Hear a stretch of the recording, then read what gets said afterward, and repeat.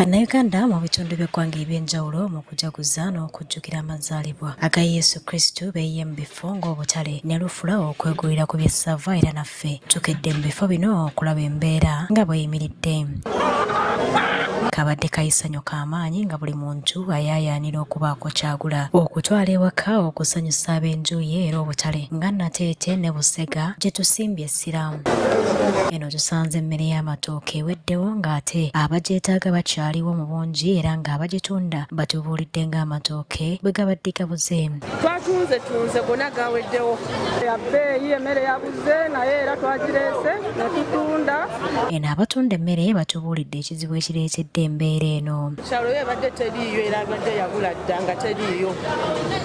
Bwemutukidde ne Kulisimasi kugamba yonna nebibeerawo bwebityo. Kugino mu kyalo okuva wano okugenda mu kyalo embalala baagala emitwalo 8 baagala emitwalo 10 transport kati wolireeta nakulireeta transport wa bbeeyi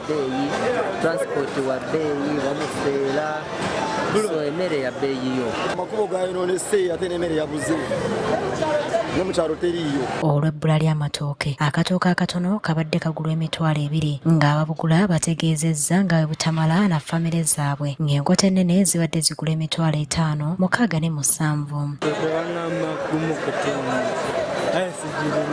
Ngenda kulya Christmas ngenda wali ngulaga olukumi bagamba pilipili eminwe 5. N'abatunda enkoko nabo babadde mu keetalo. Zitavudde si bulungi ekyamazima kubanga twaleese enkoko nnyingi naye tugenda zizzayo tugenda kuzizzayo ekyamazima. Kasitoma baffe tubeebaza enkoko baziridde era tukoze tetujagamba nti tukoze. Tutuuseeko ne mu lufula ez'enjawulo okuli ey'ekyengira ne masanafu. Eno nayo abasuubuzi b'ennyama beekokkola ennaku enkulu.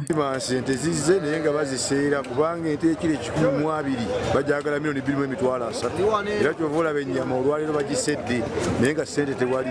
Ennyama bwebadde etambula mu nnaku eziweddeko mu nnaku zino ate kisusse ennyama eguze omutwalo 1.5 nga bulijjo ebadde wansi kubanga okusinziira ente ziri mu kalantiini n'abaguzi batono n'emirimu gyabadde mitono. Kyokka yo ku lufula eya Trinity tusanze ng'ennyama ekyaliwo nga waliwo n'ente ezirindiriddwa okubaagibwa era akulira lufula eno atubuulidde ensonga lwaki bo basobodde okuba n'ente ezimala. Zawamu obutale obusinga nti ffe twali twagabagabako ssente mu byalo eyo mu malesi waffe ab'ente ensonga lwaki ffe tebasobodde okuba nga tuzifuna. Ye ssentebe wa lufula y'ekyengera asabye gavumenti okubakwasizaako ng'abakinjaaji nga bwe bakola ku bitongole ebirala. Okubiriza gavumenti ereete eddagala erigema ebisolo n'erifuuyira ebisolo tulyoke tuve mu kalantiini. Tumaze mu kalantiini ebbanga ddene era nkubiriza ne gavumenti naffe abasuubuzi b'ente etulowoozeeko nga Bannayuganda. Ebadde ne nankani nnyingi nnyo ebadde ne fandi nnyingi nnyo nga parish modo biki ffe tetufuddeeko. Adolf Semata yakungaanyiriza emboozi eno ku lwagugudde TV agaguddewo.